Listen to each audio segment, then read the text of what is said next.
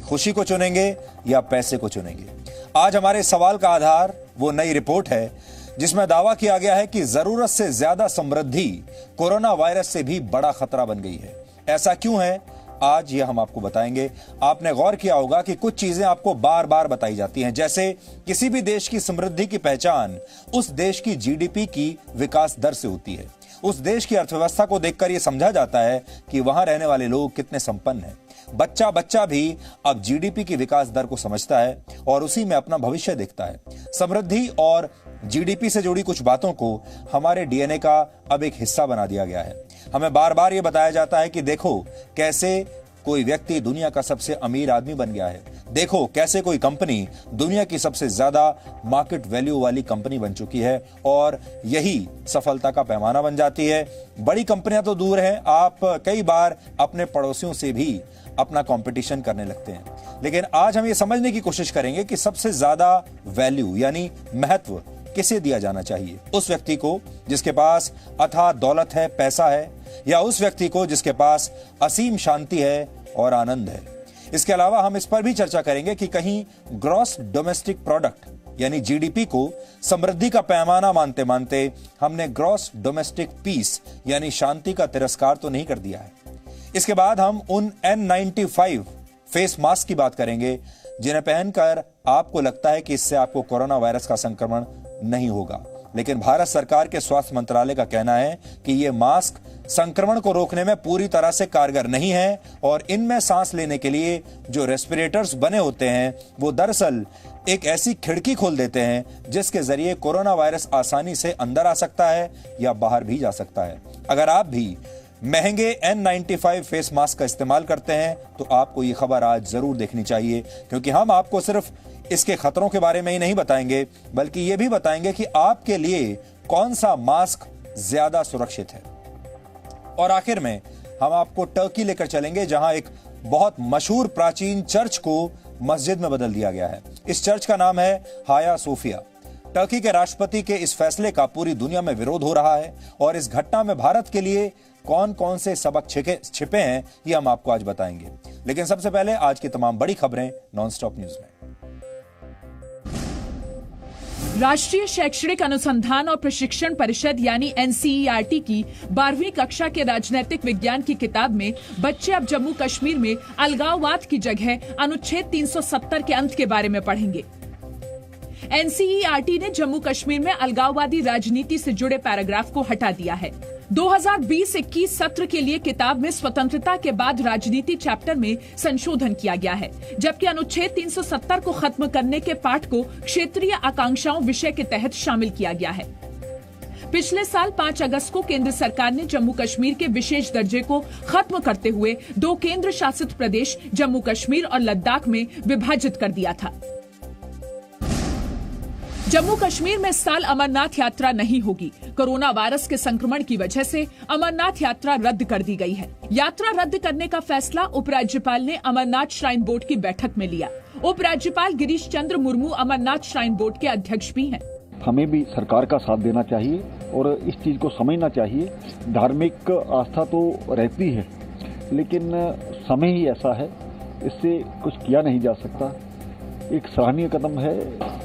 सभी जानकारियां लेने के बाद ही इस तरह का कदम उठाया गया होगा। इस साल पहले 23 जून और उसके बाद 21 जुलाई यानी आज से अमरनाथ यात्रा शुरू होने की बात कही गई थी। भारत में कोरोना वायरस से संक्रमित लोगों की संख्या 11,55,000 से ज्यादा हो गई है। केंद्रीय स्वास्थ्य मंत्रालय के जारी आंकड़ों के अनुसार 24 घंटे में कोरोना संक्रमण के 37,178 केस आए, जबकि 587 लोगों की मौत हुई। कोरोना संक्रमण के कुल मामले बढ़कर 11,55,191 हो गए हैं। इलाज से 7,24,577 मरीज ठीक हुए हैं। इस वक्त देश में 4,02,529 मरीजों का इलाज जारी है। कोरोना संक्रमण से अब तक 28,084 लोगों की मौत हुई है। स्वास्थ्य मंत्रालय ने कहा है कि टेस्ट की संख्या बढ़ने की वजह से संक्रमितों की संख्या भी बढ़ी है, लेकिन सरकार का लक्ष्य कोरोना पॉजिटिविटी दर को 5% तक नीचे लाना है। दिल्ली में कोरोना वायरस के संक्रमण के हालात में सुधार जारी है। 24 घंटे में दिल्ली में 1,300 से ज्यादा नए मामले सामने आए हैं। इस दौरान 1,200 मरीज ठीक भी हुए हैं और 27 लोगों की मौत हुई। दिल्ली में अब तक 1,25,096 लोग संक्रमित हुए हैं। इनमें से 1,06,118 लोग ठीक हो चुके हैं। 3,690 लोगों की दिल्ली में अब तक कोरोना से मौत हुई है। इस वक्त दिल्ली में सिर्फ 15,288 लोग ही ऐसे हैं जिनका कोरोना संक्रमण का इलाज चल रहा है। राहत की बात यह है कि दिल्ली में कोरोना रिकवरी रेट 84.83% हो गया है। दिल्ली में कोरोना वायरस से मौत की दर में कमी आई है, लेकिन आईआईटी भुवनेश्वर और एम्स की स्टडी में यह दावा किया गया है कि दिल्ली में मानसून के साथ कोरोना संक्रमण की रफ्तार भी तेज होगी। कोरोना वायरस के संक्रमण का फैलाव जानने के लिए किए गए सीरो सर्वे से पता चला है कि दिल्ली के करीब 23% लोगों में एंटीबॉडी मौजूद है। 27 जून से 10 जुलाई तक हुए सीरो सर्वे के मुताबिक दिल्ली में 23% आबादी कोरोना से संक्रमित हो चुकी है। सर्वे में 21,387 लोगों के ब्लड सैंपल लिए गए और जांच में पाया गया कि इनमें से 23% लोगों के शरीर में एंटीबॉडी मौजूद थी। सर्वे में यह भी पता चला कि संक्रमित हुए ज्यादातर लोगों में कोई लक्षण नहीं थे। जो मेहनत दिल्ली के वासियों ने करी, जो सरकार ने करी, जो अच्छी प्रैक्टिसेस अपनाई गई, वो इस बीमारी को सीमित करके रखा। बहुत सारी हमारी पॉपुलेशन जो है वो बची हुई है। सीरो सर्वे की रिपोर्ट के बाद अब कोरोना वायरस से निपटने के लिए नए सिरे से रणनीति बनाई जा सकती है। संक्रमण बढ़ने के बाद सभी लोगों का मास्क पहनना, सोशल डिस्टेंसिंग का पालन करना और अन्य नियमों का पालन करना और भी ज्यादा जरूरी है। केंद्रीय स्वास्थ्य मंत्रालय ने सभी राज्यों को चिट्ठी लिखकर N95 मास्क के इस्तेमाल के खिलाफ चेतावनी दी है। इस चिट्ठी में राज्यों को N95 मास्क के गलत इस्तेमाल को रोकने का निर्देश दिया गया है। राज्यों को कहा गया है कि N95 मास्क में फिल्टर होने की वजह से इससे फायदे की जगह नुकसान ज्यादा है, क्योंकि फिल्टर के जरिए संक्रमित व्यक्ति से संक्रमण दूसरों में फैल सकता है।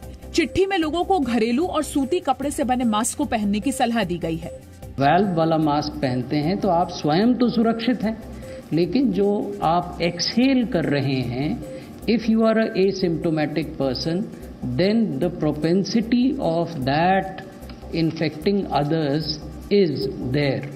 This is a evolving situation. आज सबसे पहले आपसे एक सवाल, और वो ये है कि अगर आपको खुशी या पैसे में से किसी एक चीज को चुनने का विकल्प दिया जाए तो आप किसे चुनेंगे? आज हमारे सवाल का आधार वो नई रिपोर्ट है जो ये कहती है कि जरूरत से ज्यादा समृद्धि कोरोना वायरस से भी बड़ा खतरा बन गई है इस समय पूरी दुनिया में। आज हम समृद्धि और प्रकृति के बीच चल रहे इसी द्वंद्व का विश्लेषण करेंगे। आपने अक्सर गौर किया होगा कि कुछ चीजें आपको बार बार बताई जाती हैं, जैसे किसी भी देश की समृद्धि की पहचान उस देश की जीडीपी की विकास दर से होती है। उस देश की अर्थव्यवस्था को देखकर यह समझा जाता है कि वहां रहने वाले लोग कितने खुश हैं, कितने संपन्न हैं। बच्चा बच्चा भी अब जीडीपी की विकास दर को समझता है और उसी में अपना भविष्य भी देखता है। समृद्धि से जुड़ी कुछ बातों को हमारे डीएनए का हिस्सा बना दिया गया है। हमें बार बार यह बताया जाता है कि देखो कैसे कोई व्यक्ति दुनिया का सबसे अमीर व्यक्ति बन गया है, देखो कैसे कोई कंपनी दुनिया की सबसे ज्यादा मार्केट वैल्यू वाली कंपनी बन गई है। और हम सब ऐसे लोगों के साथ ही जुड़ना चाहते हैं, क्योंकि सफलता का यही पैमाना है। लेकिन आज हम ये समझने की कोशिश करेंगे कि सबसे ज्यादा वैल्यू यानी महत्व किसे दिया जाना चाहिए। उस व्यक्ति को जिसके पास बहुत सारी दौलत है, पैसा है, या कह लीजिए कि आज के जमाने में सफलता है, या उस व्यक्ति को जिसके पास असीम शांति है, आनंद है और खुशी है। तो कहीं ग्रॉस डोमेस्टिक प्रोडक्ट यानी जीडीपी को समृद्धि का पैमाना मानते मानते हमने ग्रॉस डोमेस्टिक पीस यानी शांति का तिरस्कार तो नहीं कर दिया गया है? आज सबसे बड़ा सवाल यह है। ज्यादातर लोग जीवन भर संघर्ष इसलिए करते हैं ताकि वो समृद्ध बन सके और वो और उनका परिवार आरामदायक जीवन बिता सके, और इसके लिए पैसे की जरूरत होती है। इसलिए सब लोग काम क्यों करना चाहते हैं? अगर आपसे कोई आज ये पूछे कि आप जो भी काम करते हैं, व्यवसाय करते हैं, नौकरी करते हैं, क्यों करते हैं, ज्यादातर लोगों को यही लगता है कि हम काम करेंगे, हमें ज्यादा पैसा मिलेगा, उसके बाद हम और ज्यादा पैसा कमाएंगे, और उसके बाद और ज्यादा पैसा कमाएंगे, और हम बहुत अमीर बन जाएंगे, और उसकी वजह से हम खुश रह सकेंगे, हमारा परिवार भी खुश रह सकेगा। लेकिन अगर हम आपसे ये कहें कि यही समृद्धि अब दुनिया के लिए सबसे बड़ा खतरा बन गई है, तो शायद आपको यकीन नहीं होगा, और हो सकता है कि आप में से कुछ लोग ये बात सुनकर हमसे नाराज भी हो जाएं। लेकिन ऑस्ट्रेलिया, ब्रिटेन और स्विट्जरलैंड के कुछ वैज्ञानिकों द्वारा तैयार की गई एक नई रिपोर्ट में यह दावा किया गया है कि दुनिया के लिए इस समय सबसे बड़ा खतरा कोरोना वायरस नहीं बल्कि यही समृद्धि है। इन वैज्ञानिकों का दावा है कि कुछ लोग जरूरत से ज्यादा चीजों का संचय कर रहे हैं और यही आदत प्रकृति के लिए खतरा बन गई है। यानी जिन चीजों की आपको जरूरत नहीं है, आप वो चीजें भी अपने पास रख रहे हैं, उनका संचय कर रहे हैं। इन वैज्ञानिकों का मानना है कि इंसान संसाधनों का जरूरत से ज्यादा उपभोग कर रहे हैं और इंसान का यही लालच प्रदूषण, ग्लोबल वार्मिंग, प्राकृतिक आपदाओं, पानी के संकट और बिगड़ते हुए मौसम के लिए सबसे ज्यादा जिम्मेदार है। इसलिए अगर आप कोरोना वायरस से बच भी गए तो इन सारी चीजों से आप नहीं बचेंगे। वर्ल्ड इकोनॉमिक फोरम की ग्लोबल रिस्क रिपोर्ट के मुताबिक आने वाले 10 वर्षों में इंसानों को सबसे ज्यादा खतरा परमाणु हथियारों से नहीं बल्कि जलवायु परिवर्तन से होगा। वर्ल्ड इकोनॉमिक फोरम ने अगले 10 वर्षों के लिए 10 सबसे बड़े खतरों की जो सूची तैयार की है, उसमें वेपन्स ऑफ मास डिस्ट्रक्शन यानी परमाणु बम जैसे हथियार दूसरे नंबर पर रखे गए हैं और जलवायु परिवर्तन को पहले नंबर पर रखा गया। यानी जलवायु परिवर्तन परमाणु बम से ज्यादा बड़ा खतरा है। इन खतरों की सूची में टॉप 5 यानी जो पहले 5 खतरे हैं वो पर्यावरण से जुड़े हुए हैं, जिनकी जड़ में सबसे बड़ा जो फैक्टर है वो है लालच, इंसानों का लालच। आने वाले खतरों को लेकर वर्ल्ड इकोनॉमिक फोरम ने एक सर्वे भी किया है जिसमें उन खतरों की एक सूची तैयार की गई है जिनका असर पूरी दुनिया पर पड़ेगा और जिनकी वजह से लोगों के जीवन जीने का तरीका बदल जाएगा। इस सर्वे में 89% लोगों ने यह माना कि जरूरत से ज्यादा गर्मी आने वाले समय की सबसे बड़ी समस्या होगी।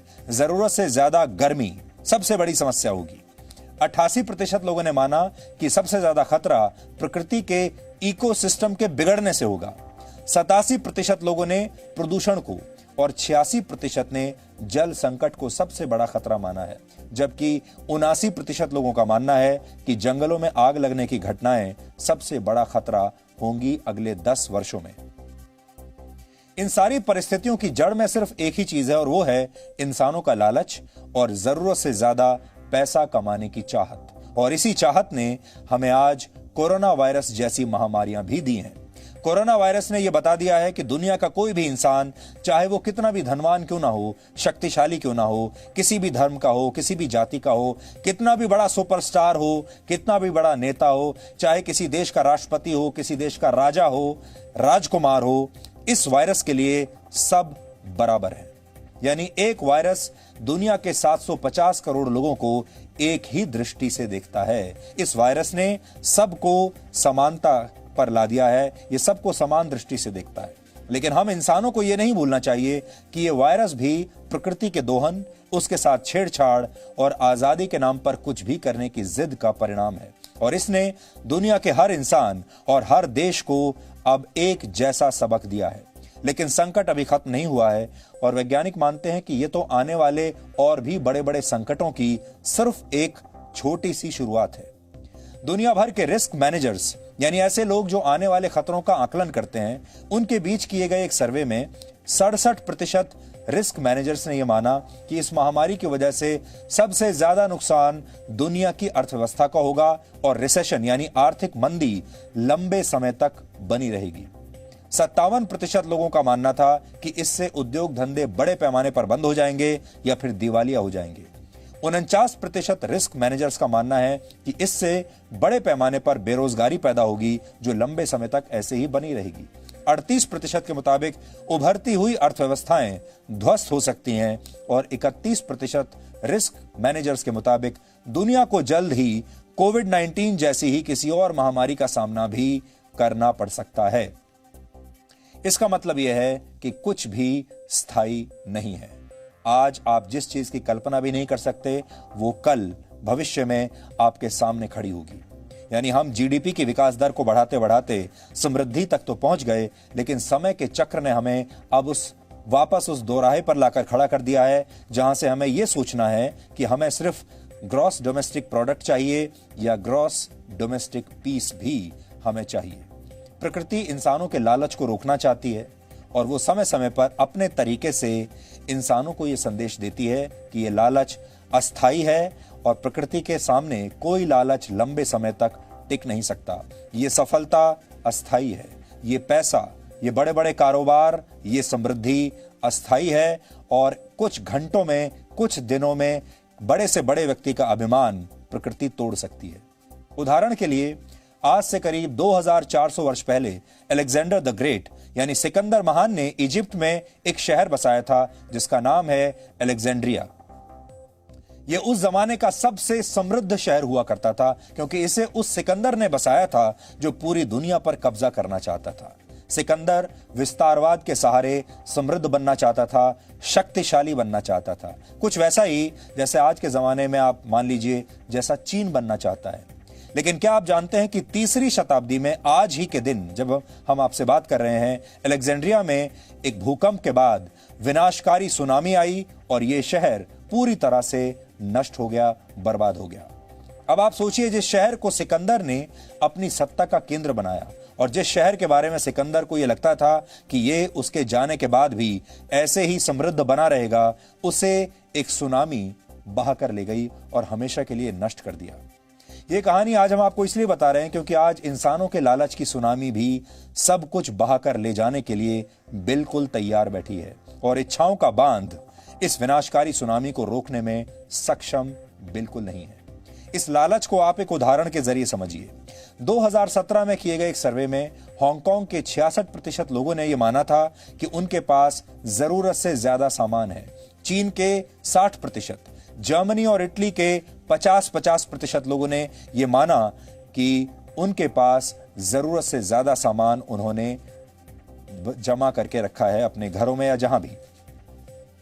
पूर्वी एशिया के लोगों पर किए गए एक सर्वे के दौरान 33% लोगों ने यह माना था कि जब वो खरीदारी यानी शॉपिंग नहीं करते तो वो उदास हो जाते हैं और उन्हें बड़ी बोरियत महसूस होती है। इस सर्वे के मुताबिक 33% लोगों पर खरीदारी की खुमारी सिर्फ एक दिन तक ही हावी रहती है, जबकि 24% सिर्फ आधे दिन के लिए खरीदारी को लेकर उत्सुक होते हैं, यानी ये खुशी भी कुछ ही घंटों में गायब हो जाती है। और सिर्फ 8% लोग ऐसे हैं जो कुछ पलों के लिए खरीदारी का मन बनाते हैं। लेकिन हैरानी की बात यह है कि इतनी कम देर में ही ज्यादातर लोग ऐसी ढेर सारी चीजें खरीद लेते हैं जिनकी असल में उन्हें कोई जरूरत ही नहीं होती, लेकिन उन्हें एक अजीब सी खुशी होती है जब वो बाहर से कुछ नया सामान खरीद कर लाते हैं, नया कपड़ा खरीद कर लाते हैं या कोई भी नया सामान, और वो ज्यादातर ऐसा सामान होता है जिसकी आपको जरूरत है ही नहीं। पैसा कमाना और उसे अपने ऊपर खर्च करना बुरी बात बिल्कुल नहीं है, हम आपको ये करने से रोक नहीं रहे। आप पैसा कमाते ही इसलिए हैं ताकि आप खुश रह सकें, आप जो चाहे वो खरीद सकें, अपने परिवार को खुश रख सकें, शानदार मकान में रह सकें, शानदार गाड़ी खरीद सकें, अच्छे कपड़े पहन सकें। और पैसा किस लिए होता है? लेकिन क्या आप जानते हैं कि जरूरत से ज्यादा उपभोग का पर्यावरण और प्रकृति पर क्या असर होता है? अमेरिका के म्यूजियम ऑफ नेचुरल हिस्ट्री के मुताबिक वर्ष 1970 में दुनिया की जनसंख्या आज के मुकाबले आधी थी। तब पृथ्वी पर 370 करोड़ लोग रहते थे और ये आज की संख्या से बहुत कम है। आज करीब 750 करोड़ लोग दुनिया में रहते हैं। 50 वर्षों की तुलना में इंसानों ने आज पृथ्वी पर ज्यादा जगह घेर ली है। जिस क्षेत्रफल में इंसानों ने अपने रहने के लिए घर बनाए हैं वो 50 वर्ष पहले की तुलना में 2,20,000 स्क्वायर किलोमीटर ज्यादा है। जानवरों को चराने की जगह 1970 के मुकाबले 23 लाख स्क्वायर किलोमीटर बढ़ गई है और कृषि करने का जो स्थान है की जगह वो भी पहले से 16 लाख स्क्वायर किलोमीटर ज्यादा हो चुकी है। अब आप सोचिए कि इंसानों के पास इतनी जगह कहां से आ रही है। ये जगह जंगलों को काट कर बनाई जा रही है।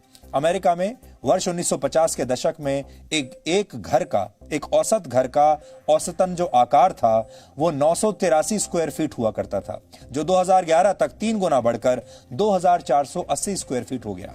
यही हाल पश्चिम के बाकी देशों का भी है, जबकि इन देशों की आबादी तेजी से घट रही है। यानी आबादी घट रही है लेकिन घरों का जो आकार है वो बढ़ रहा है।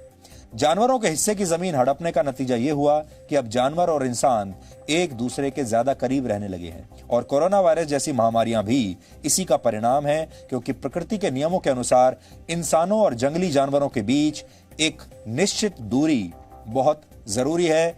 ये दोनों अपनी अपनी दुनिया तक अगर अपने आप को सीमित रखेंगे तो हमेशा खुश रहेंगे। संयुक्त राष्ट्र की एक रिपोर्ट के मुताबिक पूरी दुनिया में हर साल 130 करोड़ किलोग्राम खाना बर्बाद हो जाता है, जिसकी कीमत 75 लाख करोड़ रुपए से ज्यादा होती है। पूरी दुनिया में हर साल जो कार्बन एमिशन होता है उसमें फूड प्रोडक्शन की हिस्सेदारी 22% है। फिर भी दुनिया के करोड़ों लोग हर साल बड़ी मात्रा में खाना बर्बाद कर देते हैं, प्रकृति को नुकसान पहुंचाते हैं। लेकिन यह भी सही है कि इसके बावजूद पूरी दुनिया में करोड़ों लोग भूखे भी सोते हैं, उनके पास आज भी खाने के लिए, पेट भरने के लिए खाना नहीं है। यह हाल तब है जब दुनिया के करीब 190 करोड़ लोग मोटापे का शिकार हैं। यानी कुछ लोग मोटापे से मर रहे हैं, ज्यादा खाने से मर रहे हैं, और कुछ लोग बिना खाए भूख से मर रहे हैं।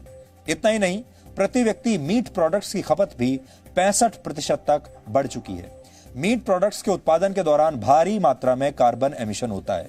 प्रति व्यक्ति प्लास्टिक का उपयोग 447% बढ़ चुका है, और प्लास्टिक पर्यावरण के लिए सबसे खतरनाक चीजों में से एक मानी जाती है। हालांकि ऐसा नहीं है कि धनवान बनना या समृद्धि हासिल करना गलत बात है, लेकिन जब यह लालच की सीमाओं के पार चला जाता है तब समस्या शुरू होती है। जब आप सिर्फ अपने बारे में सोचते हैं या अपने परिवार के बारे में सोचते हैं या फिर सिर्फ अपनी कंपनी के बारे में और उसके मुनाफे के बारे में सोचते हैं, समस्या तब आती है जब आप अपने समाज के बारे में नहीं सोचते, अपने देश के बारे में नहीं सोचते, और दुनिया में बाकी जो लोग रहते हैं उनके बारे में बिल्कुल नहीं सोचते। दुनिया में जो लोग सबसे अमीर हैं उनकी आबादी में हिस्सेदारी सिर्फ 0.5% है। यानी पूरी दुनिया की आबादी के सिर्फ 0.5% लोग सबसे अमीर हैं, सबसे ज्यादा पैसा उनके पास है। बाकी के जो 99.5% लोग हैं उनके पास बहुत कम पैसा है। लेकिन इन 4 करोड़ लोगों का जीवन जीने का तरीका सोचिए, सिर्फ इन 4 करोड़ लोगों के जीवन जीने का तरीका 14% कार्बन एमिशन के लिए जिम्मेदार है पूरी दुनिया में।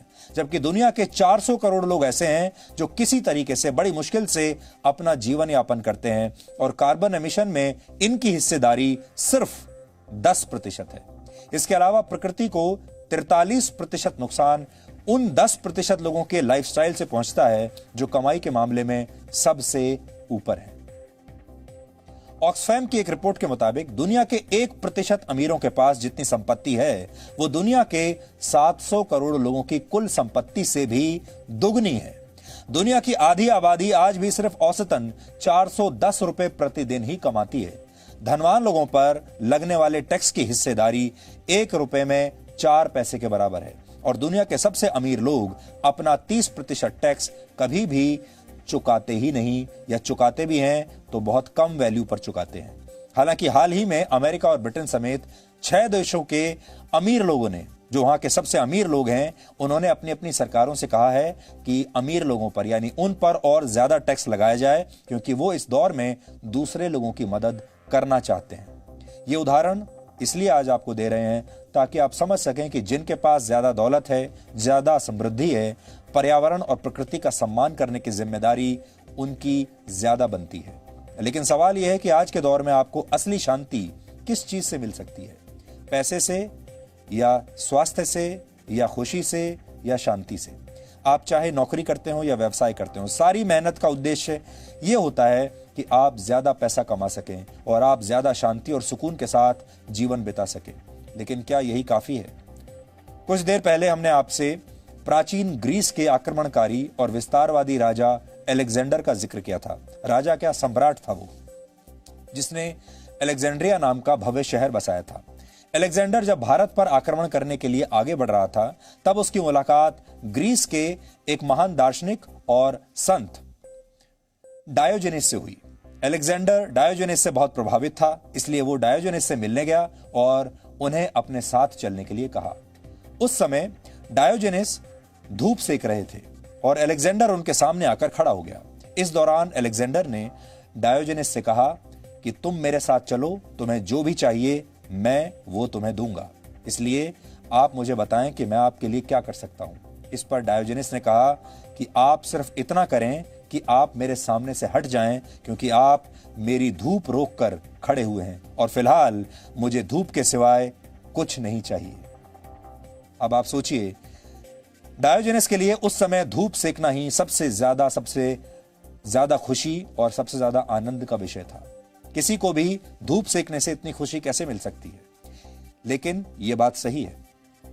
इसके बाद अलेक्जेंडर वहां से निराश होकर चला गया। यह कहानी आपको यह बताती है कि जीवन की छोटी छोटी खुशियां बहुमूल्य होती हैं और उन्हें हमसे कोई नहीं छीन सकता जब तक कि हम खुद ना चाहें। ये सारी बातें सुनकर आप समझ गए होंगे कि आज के दौर की करेंसी सिर्फ पैसा नहीं है। यह आपकी बहुत बड़ी भूल है अगर आप ये समझते हैं कि खुशियों की करेंसी, आनंद की करेंसी पैसा है। यह गलत है, बल्कि आपकी खुशी, आपकी शांति नए जमाने की करेंसी है। और इनमें से सबसे ज्यादा महत्व जिस करेंसी का है वो है आपका स्वास्थ्य। क्योंकि आज के समय में जिसके पास स्वास्थ्य है, जिसके पास स्वस्थ शरीर है, जिसके पास कोरोना रहित शरीर है, वही सबसे ज्यादा समृद्ध है। हेल्थ इज वेल्थ जैसी बातें पहले सिर्फ किताबों में लिखी जाती थी। ये बातें बड़ी किताबी लगती थी, लेकिन आज यही हेल्थ असली वेल्थ बन गई है। पूरी दुनिया के लोगों को, पूरी दुनिया की सरकारों को, बड़े बड़े नेताओं को, बड़े बड़े पैसे वाले लोगों को यह बात समझ में आ गई है कि हेल्थ इज वेल्थ। अब सवाल यह है कि आप सफलता के रास्ते पर चलते हुए और धन दौलत कमाते हुए भी क्या खुश रह सकते हैं, और प्रकृति का विरोध करने के बजाय क्या उसका सहयोग कर सकते हैं? इसका जवाब जिस शब्द में छिपा है वो है मिनिमलिज्म। यह शब्द आपने सुना होगा, मिनिमलिज्म। इसका अर्थ होता है बहुत कम चीजों के साथ अपना जीवन जीना, यानी न्यूनतम सुख सुविधाओं वाला जीवन। लेकिन आप सोच रहे होंगे कि क्या भारत के संदर्भ में भी मिनिमलिज्म की धारणा फिट बैठती है? क्योंकि आपको अपने आसपास शायद ज्यादातर ऐसे लोग दिखाई नहीं देते होंगे जो बहुत कम सुविधाओं के बावजूद खुश रहते हैं।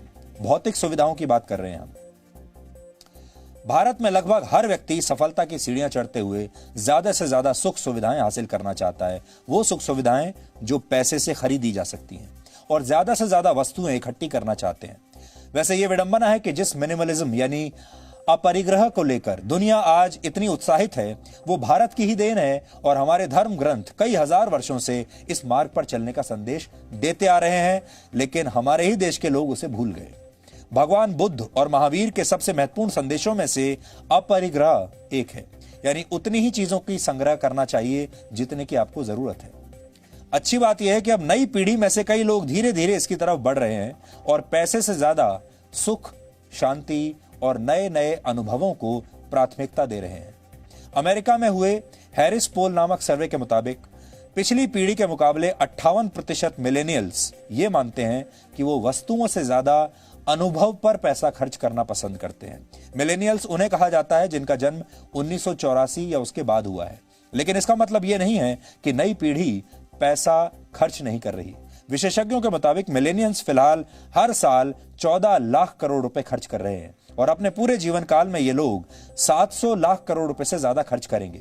भारत की लगभग 65% आबादी मिलेनियल्स की श्रेणी में आती है, यानी ये सब बहुत युवा हैं। इस आबादी का ज्यादातर हिस्सा 35 वर्ष से कम का है। और अगर इस आबादी को यह बात समझ में आ जाती है कि संसाधनों की मात्रा सीमित है और इनका इस्तेमाल संभल कर करना चाहिए, तो फिर भारत का भविष्य बहुत उज्जवल हो सकता है।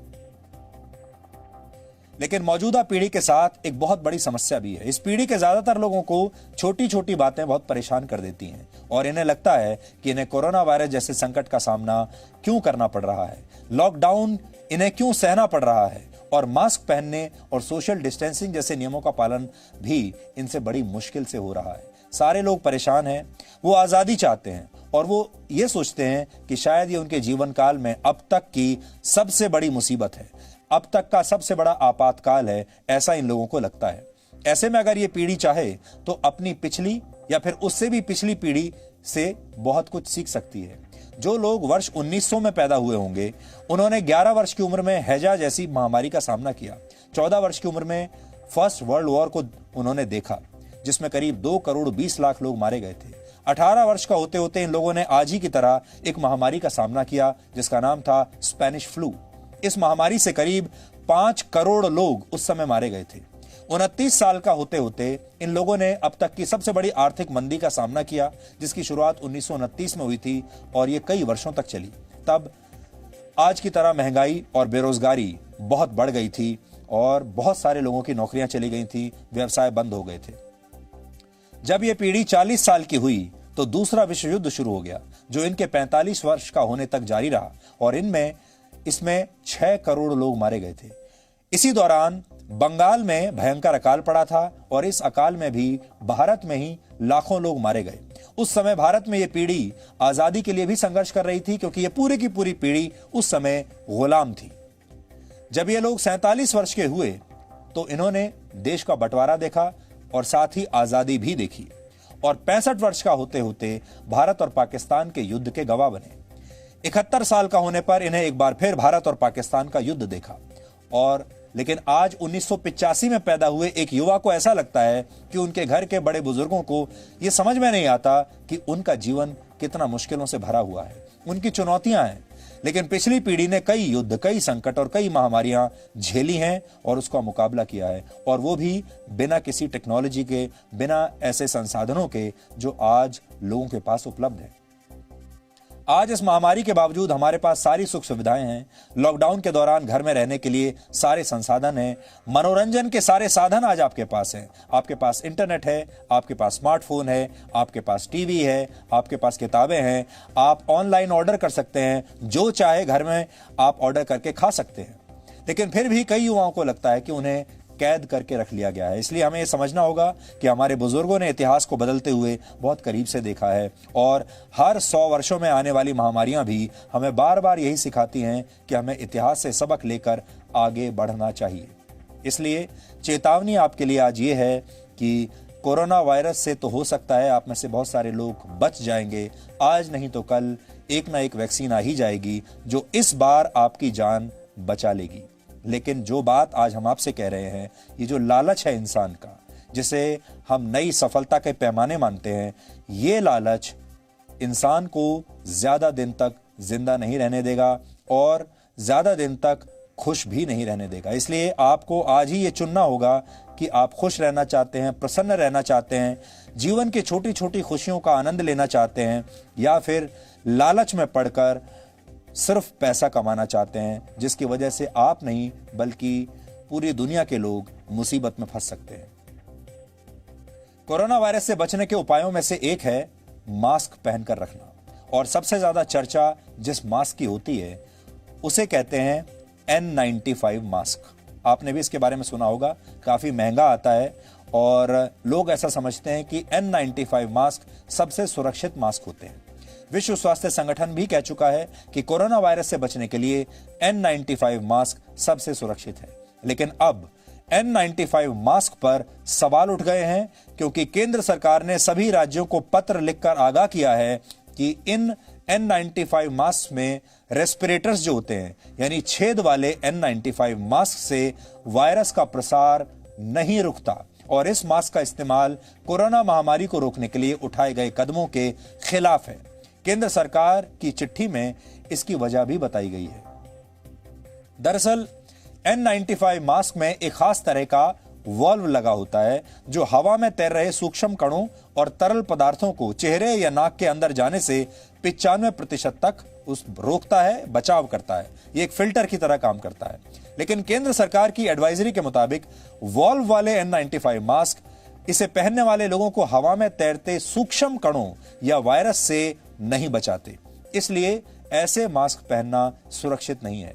इसके अलावा अगर कोई कोरोना का मरीज N95 मास्क पहनता है तो उसके खांसने या छींकने पर वाल्व के जरिए ड्रॉपलेट्स बाहर आ सकते हैं और कोरोना वायरस फैला सकते हैं।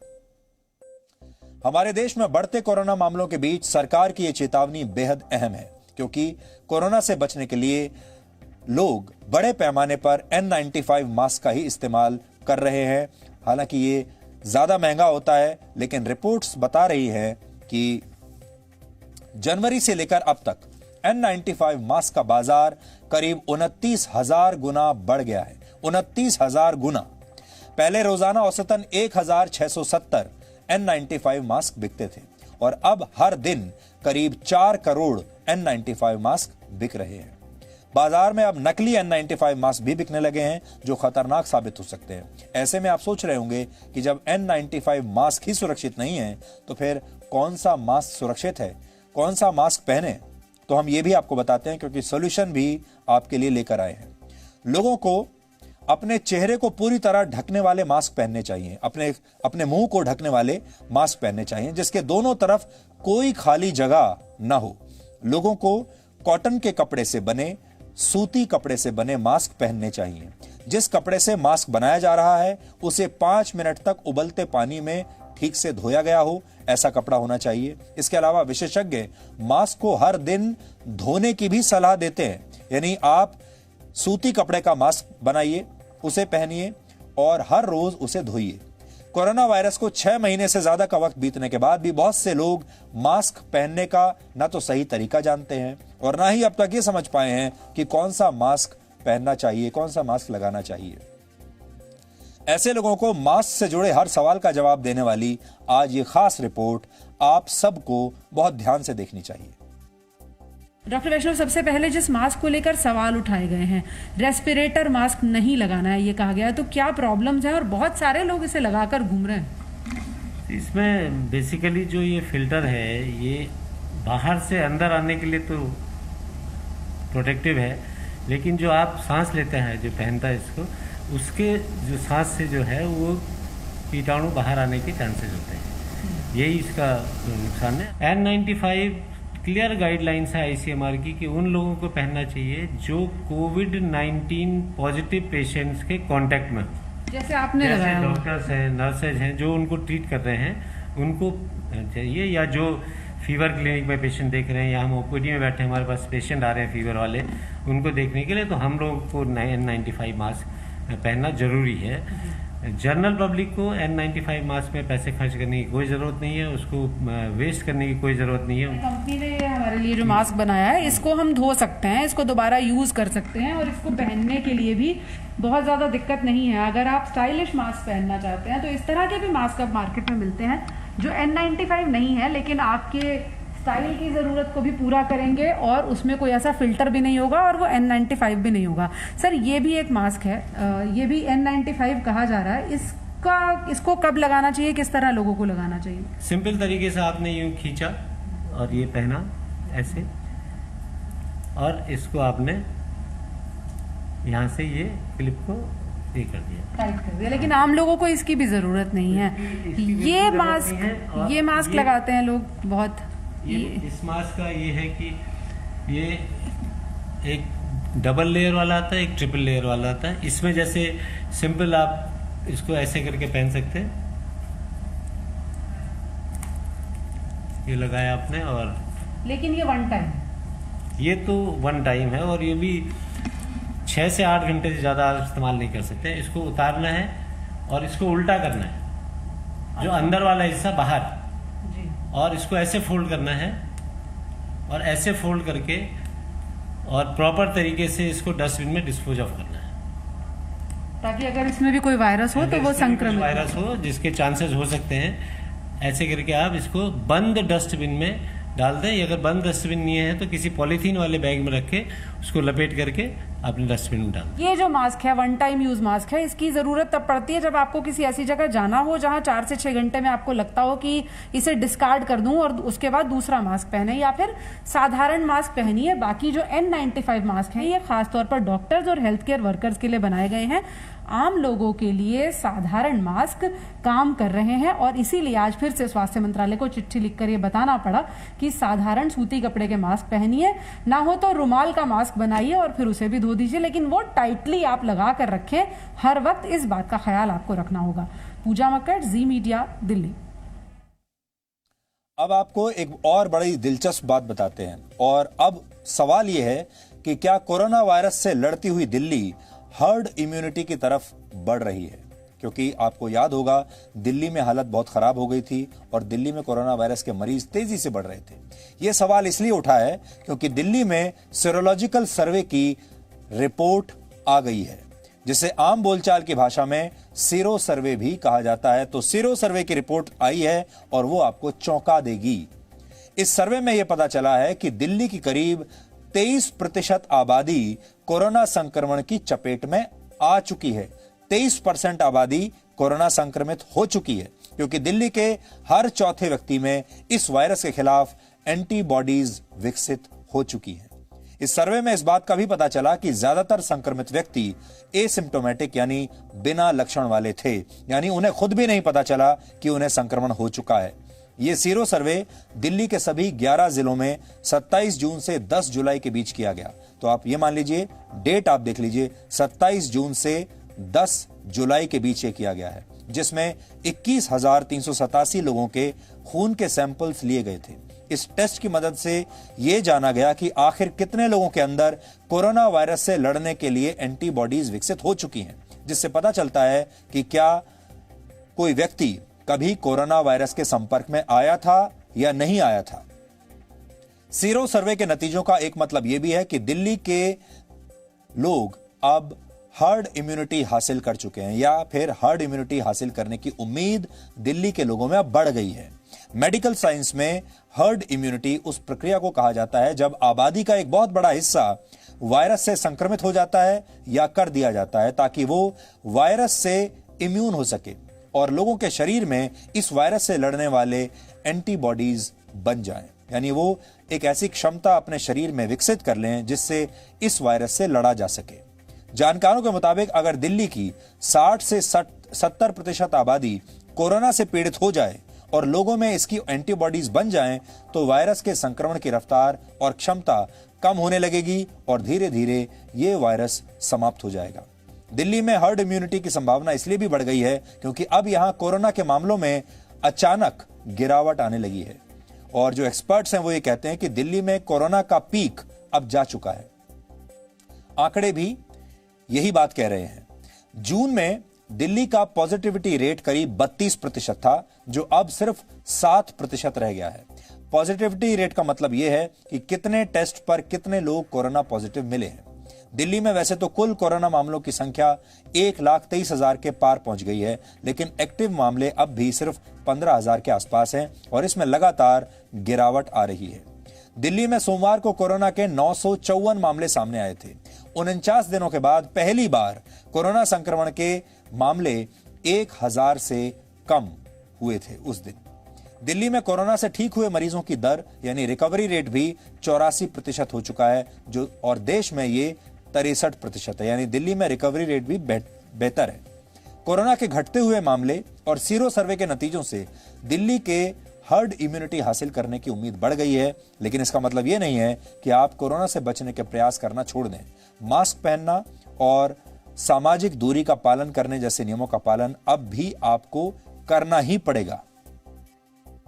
6 महीने के बाद भी एक ऐसे शहर में जिसकी की पॉपुलेशन डेंसिटी बहुत हाई है, पॉपुलेशन बहुत ज़्यादा है, घने एरियाज भी हैं, हमारे पेरी अर्बन पॉपुलेशन भी है, तो उसमें भी जो संक्रमण पहुंचा है वो 22-23% लोगों तक ही पहुंचा है।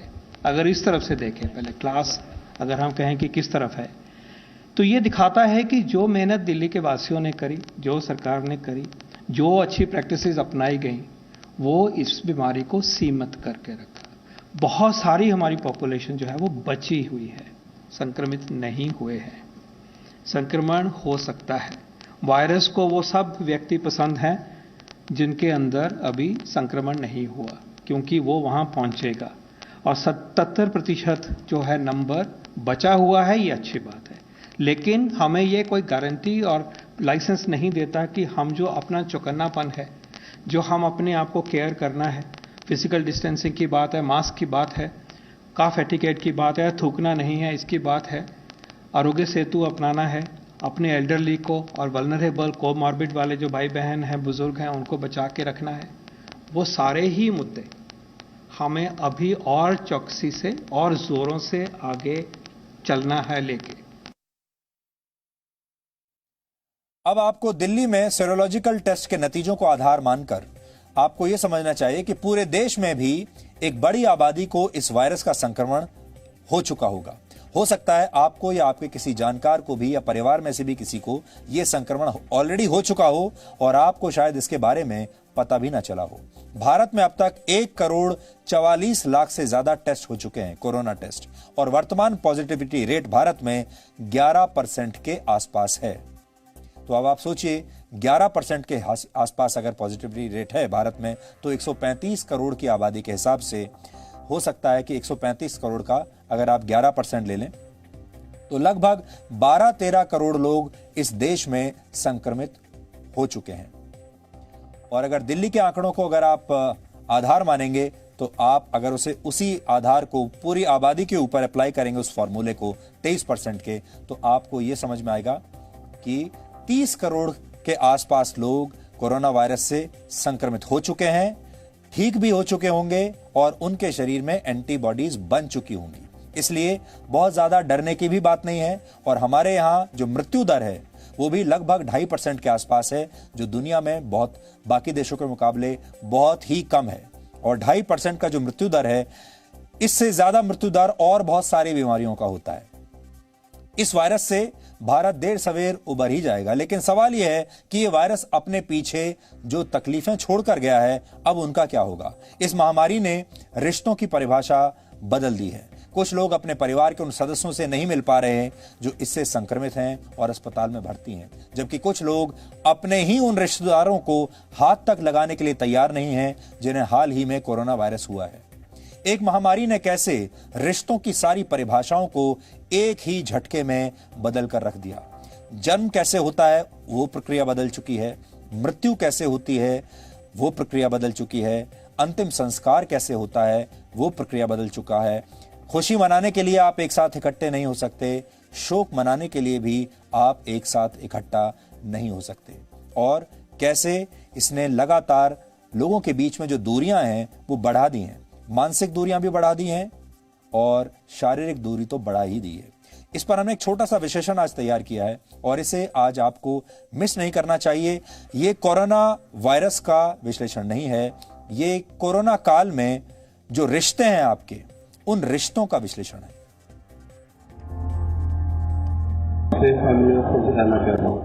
मैं अपना घर जाना चाहता हूँ। 73 वर्ष के बुजुर्ग विनोद ने दिल्ली के एलएनजेपी अस्पताल में कोरोना को तो मात दे दी, लेकिन अपने परिवार से हार गए। 26 जून को उनके परिवार ने उन्हें अस्पताल में भर्ती करवाया था। एक हफ्ते में वो ठीक भी हो गए, लेकिन उनके प्रति परिवार की सोच इतनी नेगेटिव हो गई कि बच्चों ने अपने बुजुर्ग पिता का फोन तक उठाना बंद कर दिया। मैं अपने बच्चों से, अपनी बीवी से सबसे बात करना चाहता हूँ और मेरा मकान नंबर जो है JG कॉलोनी 116। मेरा बड़ा बेटा रहता है नीचे और दूसरा बेटा रहता है फर्स्ट फ्लोर पे। बुजुर्ग अपने घर का जो पता बता रहे हैं, वहां से उनका पूरा परिवार लापता है। बुजुर्ग पिता अपने बच्चों से मिलने के लिए बेचैन हैं। अस्पताल की कोशिशों के बावजूद उनके परिवार से कोई संपर्क नहीं हो पाया है। विनोद ऐसे इकलौते बुजुर्ग नहीं हैं जिन्हें कोरोना हुआ और उनका परिवार अस्पताल में छोड़कर गायब हो गया। दिल्ली के एलएनजेपी अस्पताल में भी ऐसे कई केसेस सामने आ चुके हैं, जहां एक 65 साल के बुजुर्ग की कोरोना से मौत हुई तो उनके परिवार वाले बॉडी तक लेने नहीं आए। ऐसा बिल्कुल है, क्योंकि कई अभी इस बीमारी से ऐसा जुड़े हुए कई भ्रांतियां हैं लोगों के मन में कि अगर उनको घर ले जाएंगे तो कहीं ऐसा ना हो कि घर में जाके उनके बच्चे या वो खुद इन्फेक्ट हो जाएं। इसलिए कुछ लोग ऐसे हैं इस हमारे सोसाइटी में जो लोग अपने बूढ़े माँ बाप को या उनके घर में कोई बुजुर्ग है तो उनको लेने नहीं आ रहे हैं और उनके आने से उनको परेशानी भी हो रही है। कई ऐसे भी हैं जो कोशिश भी कर रहे हैं, या हम भी कोशिश करते हैं कि उन्हें घर भिजवाया जाए, घर एम्बुलेंस तक भेजा है हमने, लेकिन वो लोग उनको मिल नहीं रहे हैं, ले नहीं रहे हैं, तो ऐसी प्रॉब्लम आ रही है। एक ये बुजुर्ग हैं जिनके बच्चों ने उनसे मुंह फेर लिया और झारखंड के धनबाद का परिवार है जिसके 6 सदस्यों की कोरोना से मौत हो गई। कोरोना ने पहले मां की जिंदगी छीन ली, फिर 5 बेटों की जान ले ली। 88 वर्षीय बुजुर्ग मां का बोकारो में निधन हो गया था। बेटों ने मां की अर्थी को कांधा दिया।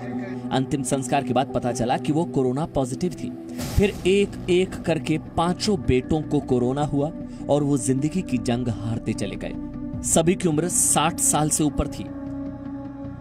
लोग कोमोर्बिड कंडीशन था, ओल्ड एज था, blood pressure, diabetic, cardiac heart element था, उसमें पॉजिटिव इन्फेक्शन पाया गया तो उसमें लोग को मौत। एक ही परिवार के 6 सदस्यों की कोरोना से मौत के बाद प्रशासन ने पूरे इलाके को सील कर दिया, लेकिन लोग डरे हुए हैं, दुखी भी हैं।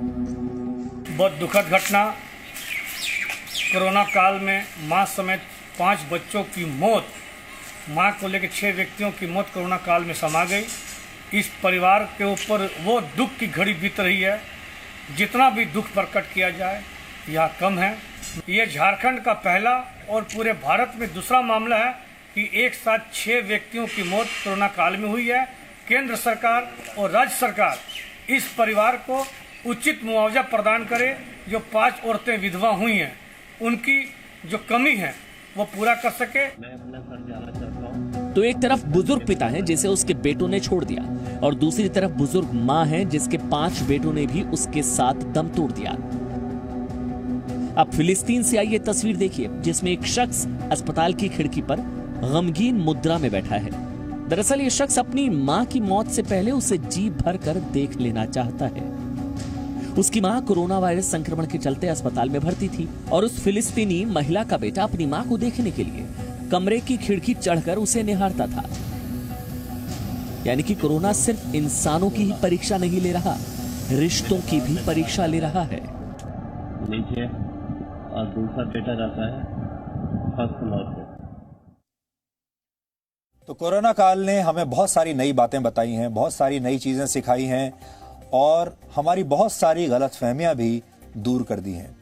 ये ऐसा काल है जिसमें अपने भी पराये हो जाते हैं और पराये अपने हो जाते हैं। बहुत सारे लोगों ने कोरोना को मात इसलिए दी क्योंकि उनका परिवार, उनके दोस्त उनके साथ खड़े हुए थे। और बहुत सारे लोग ऐसे हैं जो कोरोना वायरस से तो जीत गए लेकिन अपने परिवार और अपने दोस्तों से हार गए। आदर्श स्थिति तो यह है कि कोरोना वायरस हार जाए और हमारे रिश्ते जीत जाएं, लेकिन हर बार ऐसा हो ये जरूरी नहीं है। अब हम यहां 4 मिनट का एक छोटा सा ब्रेक ले रहे हैं। इस 4 मिनट के ब्रेक के बाद हम आपको टर्की लेकर चलेंगे जहां एक बहुत मशहूर और पुराने चर्च को अब मस्जिद में बदल दिया गया है और इस चर्च का नाम है हाया सोफिया। टर्की की सरकार के इस फैसले का विरोध पूरी दुनिया में क्यों हो रहा है आपको इस ब्रेक के बाद हम बताएंगे।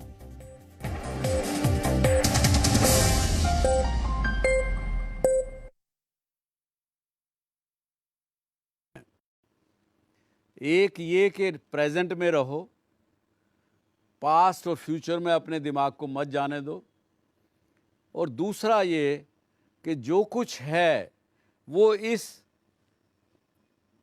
5 हाथ की काया में ही है, आपके अपने अंदर ही है।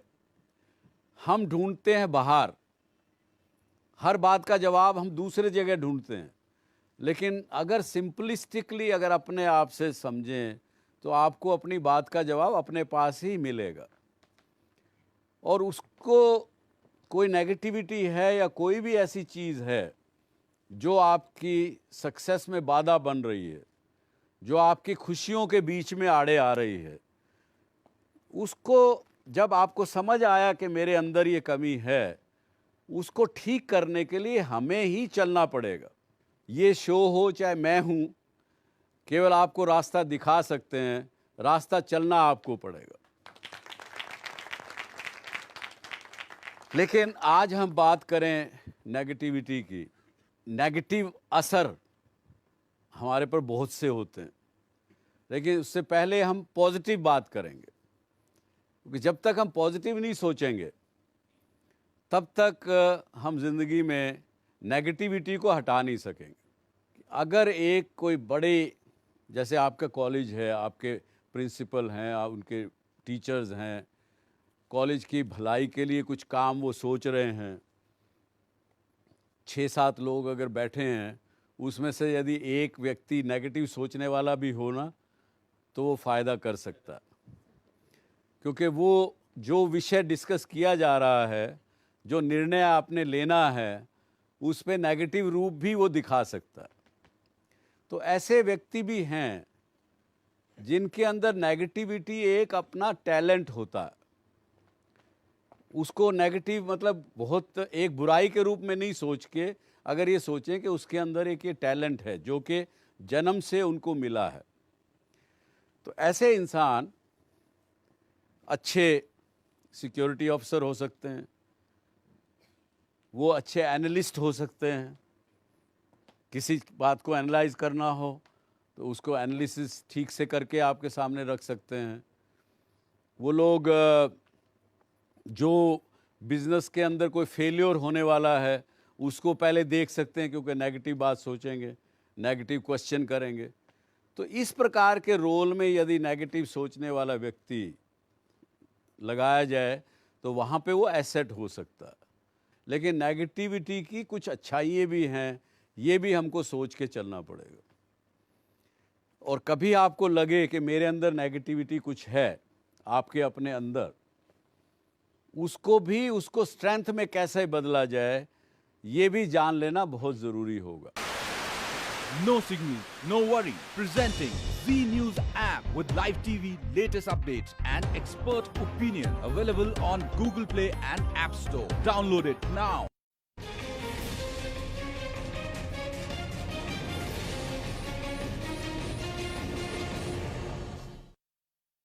जब आदमी कन्विंस नहीं होता किसी बात से तो उसके बारे में फिर धीरे धीरे नेगेटिव सोचने लगता, और वो नेगेटिविटी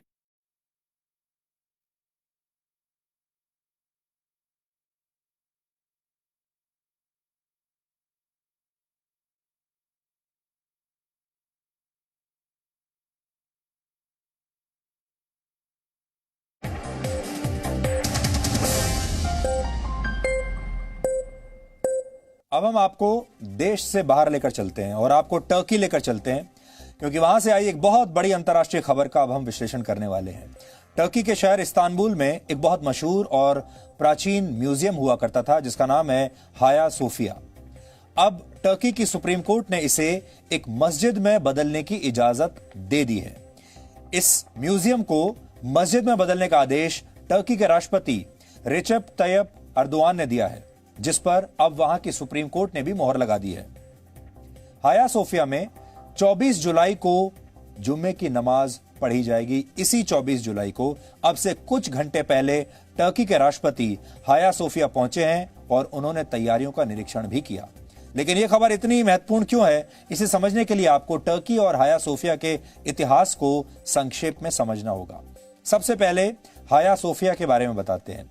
कहा जाता है कि इसे 6ठी शताब्दी में एक चर्च के रूप में बनाया गया था और 14वीं शताब्दी में जब टर्की में ऑटोमन शासन आया, ऑटोमन एम्पायर आया, तो इसे एक मस्जिद में तब्दील कर दिया गया। यानी पहले ये चर्च था और बाद में इसे मस्जिद बना दिया गया। हालांकि तब भी इस चर्च को तोड़ा नहीं गया, इसे नष्ट नहीं किया गया, क्योंकि इसकी कलाकृतियां बहुत सुंदर थीं, शानदार थीं और इसे तोड़ने का फैसला लेना किसी के लिए भी आसान नहीं था। लेकिन 1922 में ऑटोमन साम्राज्य का अंत होने के बाद इसे एक म्यूजियम में बदल दिया गया और यह म्यूजियम टर्की की धर्मनिरपेक्षता का सबसे बड़ा प्रतीक बन गया। लेकिन अब एक बार फिर इसे मस्जिद में बदल दिया गया है। हाया सोफिया को यूनेस्को की वर्ल्ड हेरिटेज साइट का दर्जा भी मिला हुआ है और इसे मस्जिद में बदलने के फैसले का विरोध अब पूरी दुनिया में हो रहा है। यूनेस्को और अमेरिका के अलावा रशिया, यूरोपियन यूनियन और वेटिकन ने भी इस फैसले का विरोध किया है। लेकिन ईसाइयों के सबसे बड़े धर्मगुरु पोप फ्रांसिस ने जिन शब्दों में इसका विरोध किया है वो सुनकर आप भी हैरान रह जाएंगे। पहले आप ये सुनिए कि पोप फ्रांसिस ने इसे लेकर क्या कहा है। तुमने ये गलत बताया। Il pensiero a Istanbul. Penso a Santa Sofia e sono molto addolorato. E auguro a tutti una buona domenica. Per favore, non dimenticatevi di pregare per me. Buon pranzo e arrivederci. यानी अपने कुछ second के इस बयान में pope Francis ने इस फैसले की आलोचना नहीं की, बल्कि सिर्फ इतना कहा कि उन्हें इसका दुख है और लोगों को उनके लिए प्रार्थना करनी चाहिए और खाना खाकर जाना चाहिए। बस इतना कह दिया। अब सवाल यह है कि खुद को सेकुलर कहने वाले टर्की में आखिर ऐसा फैसला क्यों लिया गया। इसके लिए आपको संक्षेप में टर्की के इतिहास को भी समझना होगा और यह देखना होगा कि आज का जो टर्की है वो कितना सेकुलर है। टर्की एक मुस्लिम बाहुल्य देश है जहां करीब 98% लोग इस्लाम को मानते हैं और टर्की की गिनती उन गिने चुने मुस्लिम देशों में होती है जिन्हें सबसे ज्यादा धर्मनिरपेक्ष यानी सेकुलर माना जाता है। वर्ष 1299 से 1922 तक टर्की में ऑटोमन साम्राज्य का शासन था और 1923 में टर्की को इस साम्राज्य से आजादी मिली थी और इसका श्रेय टर्की के पूर्व तानाशाह को जाता है जिसका नाम है जनरल मुस्तफा कमाल अतातुर्क, जिसे आप हिंदी में अतातुर्क भी कहते हैं। अतातुर्क एक तानाशाह थे, लेकिन वो बहुत प्रगतिशील थे और टर्की को एक सेकुलर देश बनाना चाहते थे जो फ्रांस के सेकुलरिज्म के सिद्धांत पर आधारित था, जिसके तहत धर्म और सरकार को एक दूसरे से अलग रखा जाता है। वहां धर्म अलग है और सरकार अलग है और ये दोनों एक दूसरे के काम में हस्तक्षेप नहीं कर सकते। वर्ष 1924 में टर्की का संविधान बना और 1928 में इस संविधान में बदलाव कर दिया गया और इस्लाम से स्टेट रिलीजन का दर्जा वापस ले लिया गया, यानी इस्लाम अब स्टेट रिलीजन नहीं रहा। संविधान के तहत ही जनरल अतातुर्क ने टर्की की सेना को देश में हमेशा सेकुलरिज्म कायम रखने की जिम्मेदारी दी। आधुनिक टर्की के संस्थापक अपनी सेकुलर छवि से इतना प्यार करते थे कि उन्होंने सार्वजनिक जीवन में धार्मिक प्रतीक चिन्हों के इस्तेमाल पर भी पाबंदी लगा दी थी। हालांकि कहा जाता है कि टर्की की जनता हमेशा से ये चाहती थी कि उन्हें अपनी धार्मिक पहचान का प्रदर्शन करने का पूरा मौका मिले, अवसर मिले। ठीक वैसे ही जैसे ये अधिकार भारत और अमेरिका जैसे देशों में रहने वाले लोगों को हासिल है, क्योंकि यहां आप अपने धर्म का इजहार कर सकते हैं, अपने धार्मिक चिन्हों का इजहार आप खुलेआम कर सकते हैं। लेकिन टर्की में ऐसा नहीं हो सकता, फ्रांस में ऐसा नहीं हो सकता। टर्की के लोगों की इसी भावना का फायदा वहां के राष्ट्रपति एर्दोआन ने उठाया। 2014 में राष्ट्रपति बनने से पहले एर्दोआन 3 बार टर्की के प्रधानमंत्री रह चुके थे और तब तक टर्की में राष्ट्रपति को ज्यादा शक्तियां हासिल नहीं थी, प्रधानमंत्री ज्यादा शक्तिशाली होता था। लेकिन 2014 में राष्ट्रपति बनने के बाद से ही उन्होंने संविधान में बदलाव के जरिए राष्ट्रपति को बहुत शक्तिशाली बना दिया और वो धीरे धीरे टर्की को एक सेकुलर देश से कट्टर इस्लामिक देश बनाने में जुट गए। अब क्योंकि टर्की का सेकुलरिज्म बचाने की जिम्मेदारी वहां की सेना की है, तो वर्ष 2016 में सेना ने एर्दोआन का तख्ता पलट करने की कोशिश की, लेकिन सेना इस काम में सफल नहीं हो पाई, असफल रही, क्योंकि सोशल मीडिया का सहारा लेकर एर्दोआन ने अपने समर्थकों को, जो कि कट्टरपंथी समर्थक थे, उन समर्थकों को सेना के खिलाफ सड़कों पर उतार दिया। तख्ता पलट की इस कोशिश से सबक लेकर एर्दोआन ने अपनी ताकत और बढ़ाई और सेना की ताकत को कमजोर कर दिया, कम कर दिया। लेकिन अब टर्की की अर्थव्यवस्था बहुत बुरे दौर से गुजर रही है और बेरोजगारी भी सबसे ऊंचे स्तर पर है। लेकिन इसके बावजूद टर्की में अब वहां के राष्ट्रपति पर सवाल उठाना आसान काम नहीं है, क्योंकि ऐसा लगता है कि वो धीरे धीरे तानाशाही की तरफ बढ़ रहे हैं। पूरी दुनिया में जिस देश में सबसे ज्यादा पत्रकार इस समय जेल में बंद हैं, वो देश टर्की है। यहां तक कि टर्की में अब सरकार के खिलाफ बोलने वालों को आसानी से जेल में डाल दिया जाता है और लोगों की आवाज को दबाने के लिए एर्दोआन अपने देश को एक कट्टर इस्लामिक देश में बदल रहे हैं, यानी धर्म को राजनीति का एक औजार बना रहे हैं। टर्की के इसी इस्लामीकरण का नतीजा है कि कभी यूरोप और अमेरिका के करीब रहा यह देश आज पाकिस्तान जैसे कट्टर देशों के साथ खड़ा है। टर्की के राष्ट्रपति भले ही आज भी अपने देश को सेकुलर कहते हों अंतर्राष्ट्रीय मंचों पर, लेकिन वो अब ऐसे मुद्दों पर अपनी राय खुलकर रखते हैं जो उनके देश के मुसलमानों को एकजुट करती हैं। एर्दोआन कई बार भारत की धर्मनिरपेक्षता पर सवाल उठा चुके हैं। हर साल आपको याद होगा, इस साल फरवरी में जब दिल्ली में दंगे हुए थे, तब भी टर्की के राष्ट्रपति ने भारत को एक ऐसा देश बताया था जहां बड़े पैमानों पर मुसलमानों का नरसंहार हो रहा है और यह भी कहा था कि भारत विश्व शांति के लिए खतरा है।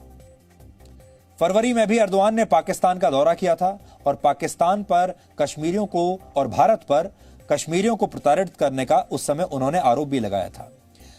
जहां तक कश्मीर की बात है, एर्दोआन जैसे नेताओं ने हमेशा भारत का नहीं बल्कि पाकिस्तान का साथ दिया है।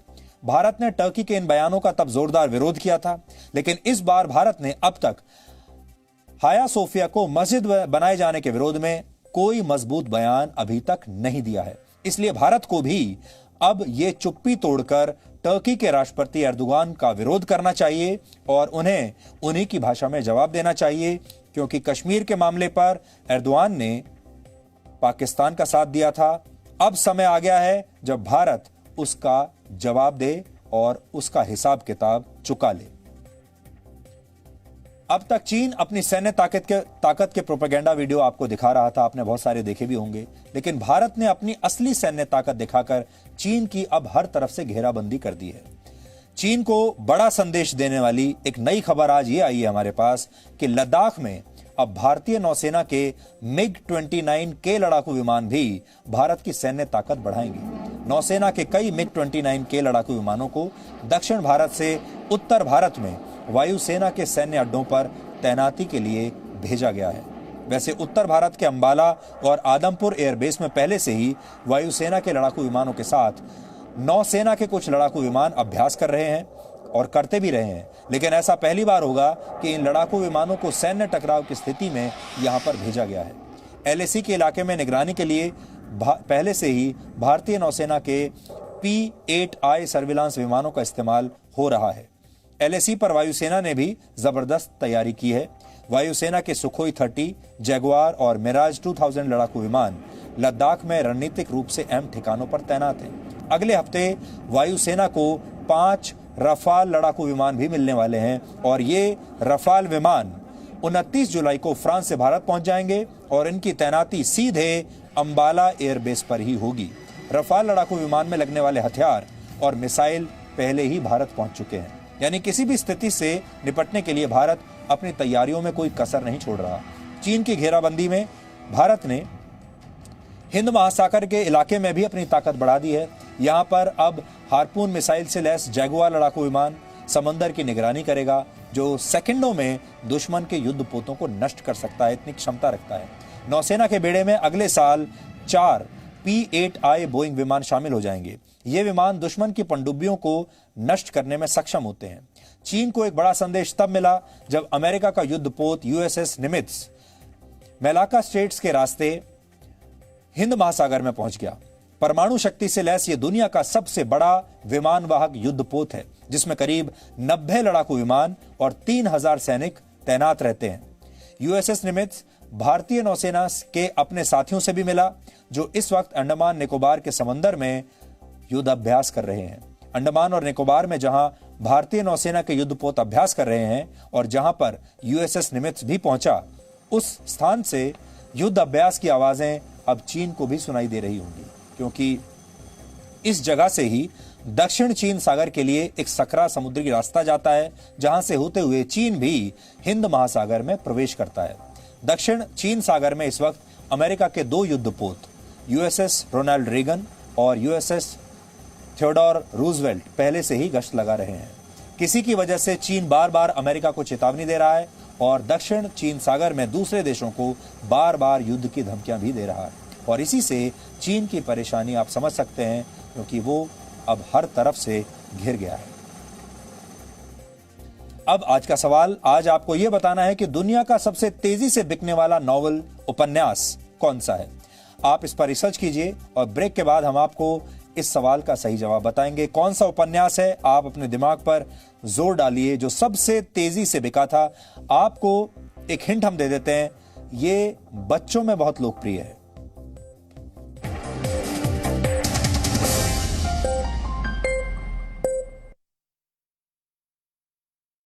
क्वेश्चन करेंगे तो इस प्रकार के रोल में यदि नेगेटिव सोचने वाला व्यक्ति लगाया जाए तो वहाँ पे वो एसेट हो सकता है।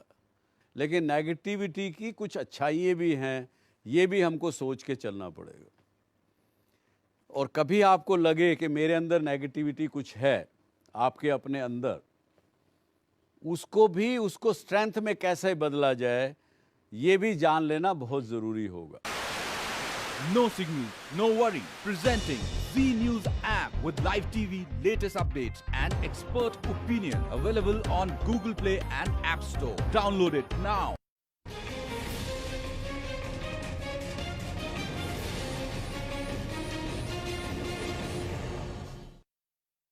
जब आदमी कन्विंस नहीं होता किसी बात से, तो उसके बारे में फिर धीरे धीरे नेगेटिव सोचने लगता, और वो नेगेटिविटी फिर हमारे ऊपर कब्जा कर लेती। तो इसका इलाज बड़ा सिंपल है। आज ज़िंदगी हमारी बड़ी सिंपल है, लेकिन क्योंकि वातावरण इस प्रकार का बन गया, वेस्टेड इंटरेस्ट इतने चारों तरफ हमारे हैं, लोग एक्सप्लॉयटेशन की नीतियाँ चारों तरफ ऐसी हैं जिसके कारण से जो सीधी सच्ची चीज़ थी उसको हमने बड़ा कॉम्प्लिकेटेड रूप से करके और बढ़ा चढ़ा के सोचने लगे, जिसके कारण से कंफ्यूज हो गए।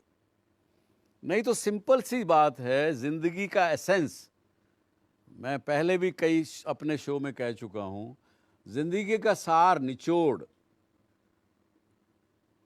केवल दो ही हैं।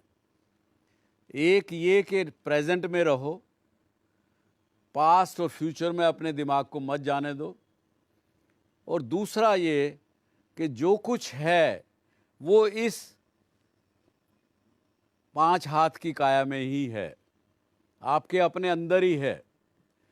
हम ढूंढते हैं बाहर, हर बात का जवाब हम दूसरे जगह ढूंढते हैं, लेकिन अगर सिंपलिस्टिकली अगर अपने आप से समझें तो आपको अपनी बात का जवाब अपने पास ही मिलेगा। और उसको कोई नेगेटिविटी है या कोई भी ऐसी चीज़ है जो आपकी सक्सेस में बाधा बन रही है, जो आपकी खुशियों के बीच में आड़े आ रही है, उसको जब आपको समझ आया कि मेरे अंदर ये कमी है, उसको ठीक करने के लिए हमें ही चलना पड़ेगा। ये शो हो चाहे मैं हूँ, केवल आपको रास्ता दिखा सकते हैं, रास्ता चलना आपको पड़ेगा। लेकिन आज हम बात करें नेगेटिविटी की। नेगेटिव असर हमारे पर बहुत से होते हैं, लेकिन उससे पहले हम पॉजिटिव बात करेंगे, क्योंकि जब तक हम पॉजिटिव नहीं सोचेंगे तब तक हम ज़िंदगी में नेगेटिविटी को हटा नहीं सकेंगे। अगर एक कोई बड़े, जैसे आपका कॉलेज है, आपके प्रिंसिपल हैं, आप उनके टीचर्स हैं, कॉलेज की भलाई के लिए कुछ काम वो सोच रहे हैं, 6-7 लोग अगर बैठे हैं, उसमें से यदि एक व्यक्ति नेगेटिव सोचने वाला भी हो ना, तो वो फ़ायदा कर सकता है, क्योंकि वो जो विषय डिस्कस किया जा रहा है, जो निर्णय आपने लेना है, उस पे नेगेटिव रूप भी वो दिखा सकता है। तो ऐसे व्यक्ति भी हैं जिनके अंदर नेगेटिविटी एक अपना टैलेंट होता है। उसको नेगेटिव मतलब बहुत एक बुराई के रूप में नहीं सोच के, अगर ये सोचें कि उसके अंदर एक ये टैलेंट है जो कि जन्म से उनको मिला है, तो ऐसे इंसान अच्छे सिक्योरिटी ऑफिसर हो सकते हैं, वो अच्छे एनालिस्ट हो सकते हैं। किसी बात को एनालाइज करना हो तो उसको एनालिसिस ठीक से करके आपके सामने रख सकते हैं।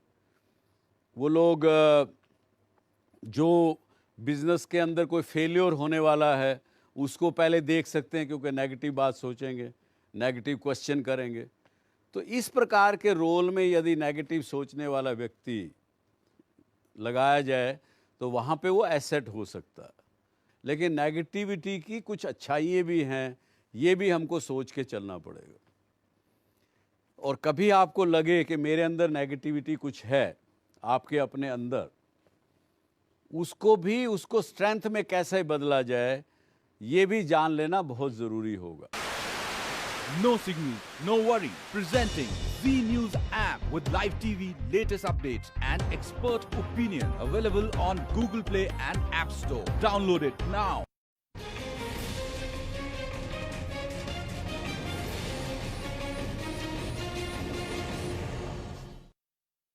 जब आदमी कन्विंस नहीं होता किसी बात से, तो उसके बारे में फिर धीरे धीरे नेगेटिव सोचने लगता, और वो नेगेटिविटी फिर हमारे ऊपर कब्जा कर लेती।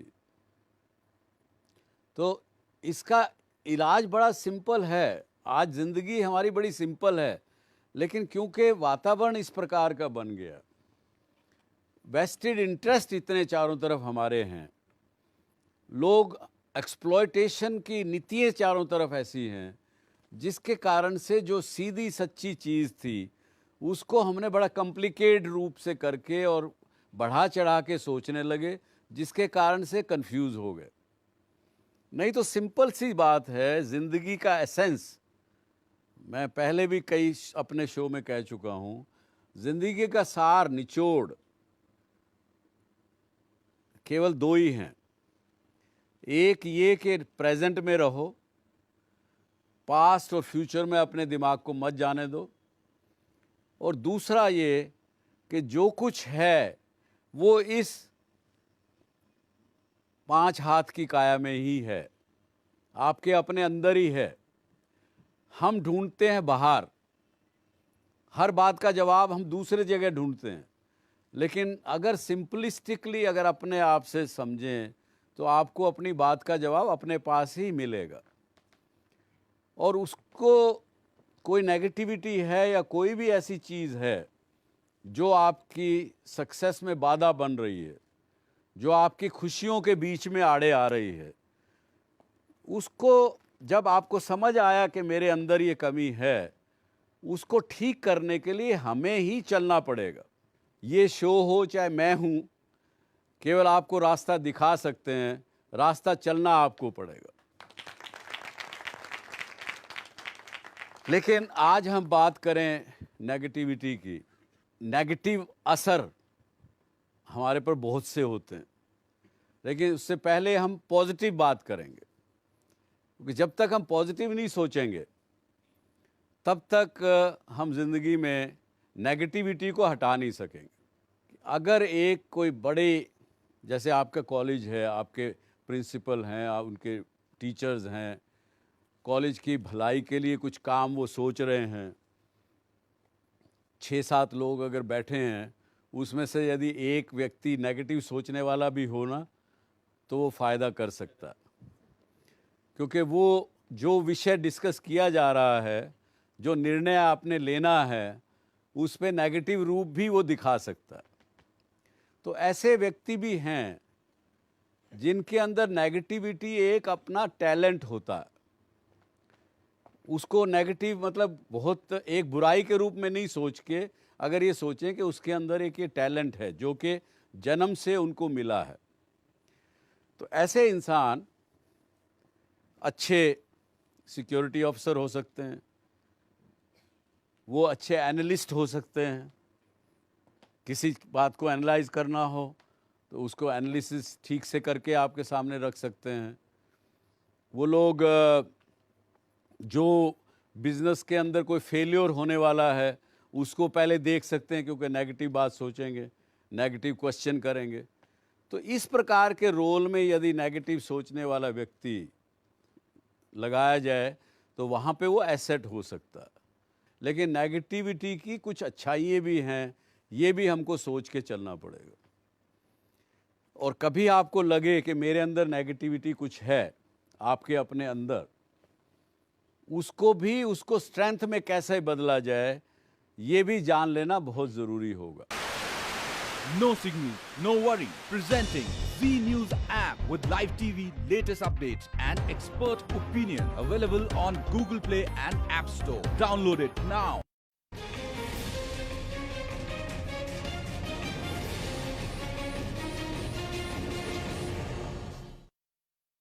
जब आदमी कन्विंस नहीं होता किसी बात से, तो उसके बारे में फिर धीरे धीरे नेगेटिव सोचने लगता, और वो नेगेटिविटी फिर हमारे ऊपर कब्जा कर लेती।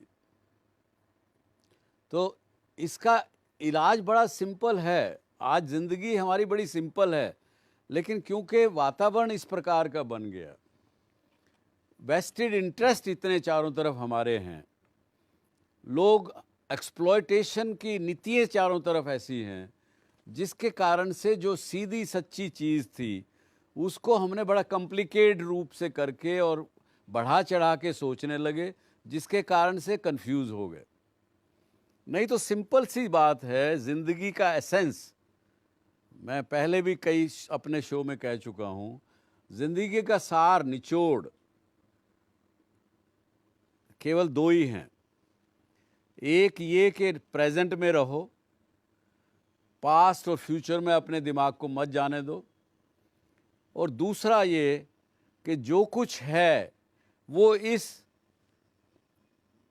5 हाथ की काया में ही है, आपके अपने अंदर ही है। हम ढूंढते हैं बाहर, हर बात का जवाब हम दूसरे जगह ढूंढते हैं, लेकिन अगर सिंपलिस्टिकली अगर अपने आप से समझें तो आपको अपनी बात का जवाब अपने पास ही मिलेगा। और उसको कोई नेगेटिविटी है या कोई भी ऐसी चीज़ है जो आपकी सक्सेस में बाधा बन रही है, जो आपकी खुशियों के बीच में आड़े आ रही है, उसको जब आपको समझ आया कि मेरे अंदर ये कमी है, उसको ठीक करने के लिए हमें ही चलना पड़ेगा। ये शो हो चाहे मैं हूँ, केवल आपको रास्ता दिखा सकते हैं, रास्ता चलना आपको पड़ेगा। लेकिन आज हम बात करें नेगेटिविटी की।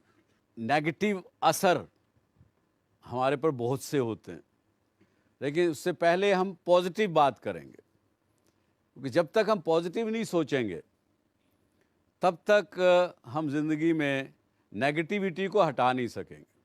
अगर एक कोई बड़े, जैसे आपका कॉलेज है, आपके प्रिंसिपल हैं, उनके टीचर्स हैं, कॉलेज की भलाई के लिए कुछ काम वो सोच रहे हैं, 6-7 लोग अगर बैठे हैं, उसमें से यदि एक व्यक्ति नेगेटिव सोचने वाला भी हो ना, तो वो फ़ायदा कर सकता है, क्योंकि वो जो विषय डिस्कस किया जा रहा है, जो निर्णय आपने लेना है, उस पे नेगेटिव रूप भी वो दिखा सकता है।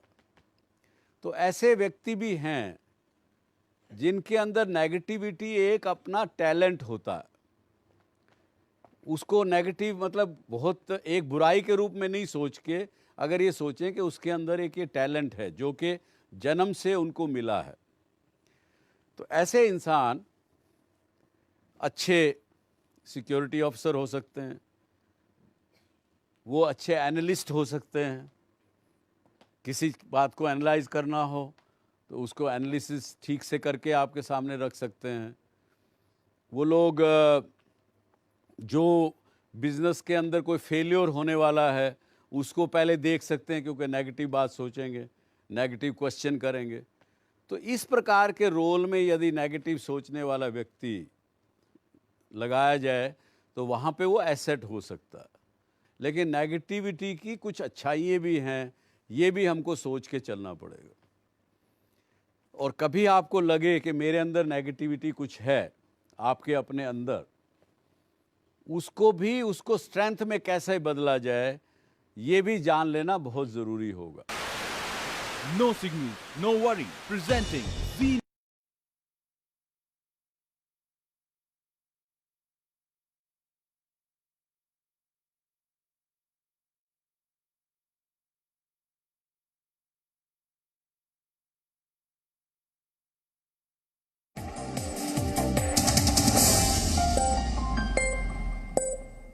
और अब हम देखते हैं कि आज के इतिहास में क्या लिखा है।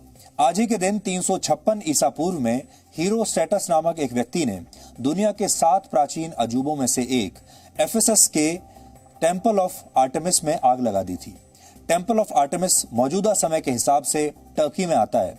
इसे ग्रीक सभ्यता से जुड़ा एक प्राचीन मंदिर माना जाता है और दुनिया के प्राचीन 7 अजूबों में से अब सिर्फ इजिप्ट के पिरामिड्स ही सुरक्षित बचे हैं।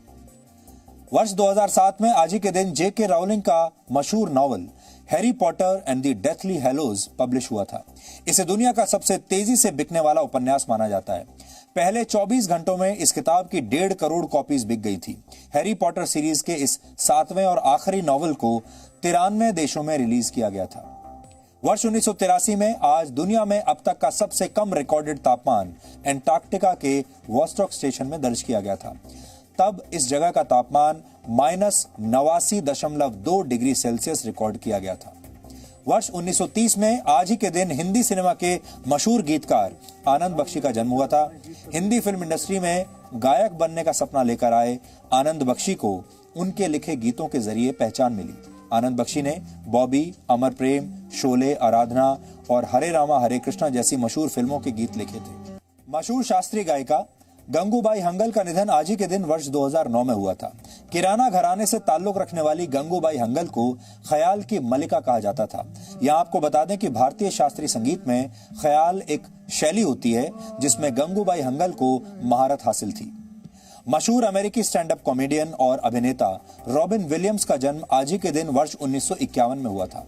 रॉबिन विलियम्स को फिल्म गुड विल हंटिंग में अपनी एक्टिंग के लिए ऑस्कर अवार्ड से सम्मानित किया गया था। इसके अलावा रॉबिन विलियम्स ने अपने पूरे करियर में 5 ग्रैमी अवार्ड्स भी जीते थे और इसे एक बहुत बड़ी विडंबना ही कहेंगे कि रॉबिन विलियम्स ने पूरी जिंदगी दुनिया को अपनी कॉमेडी से हंसाया, लेकिन वर्ष 2014 में कैलिफोर्निया में उन्होंने अपने घर में खुदकुशी कर ली थी। और आज 1911 में मशहूर दार्शनिक और बुद्धिजीवी मार्शल मैक्लुहन का जन्म हुआ था। उन्होंने सबसे पहले इंटरनेट की भविष्यवाणी की थी। और आज वर्ष 1911 में मशहूर दार्शनिक और बुद्धिजीवी मार्शल मैक्लुहन का जन्म हुआ था। उन्होंने सबसे पहले इंटरनेट की भविष्यवाणी की थी।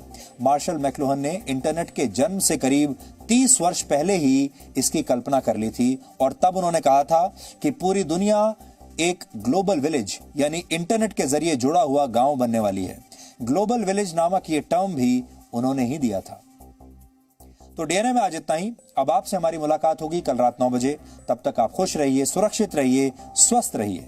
और कहते हैं लेस इज मोर, यानी आपकी जरूरतें जितनी कम होंगी आप उतना ही प्रसन्न रहेंगे और आपका जीवन सही मायने में खुशहाल बन पाएगा। नमस्कार।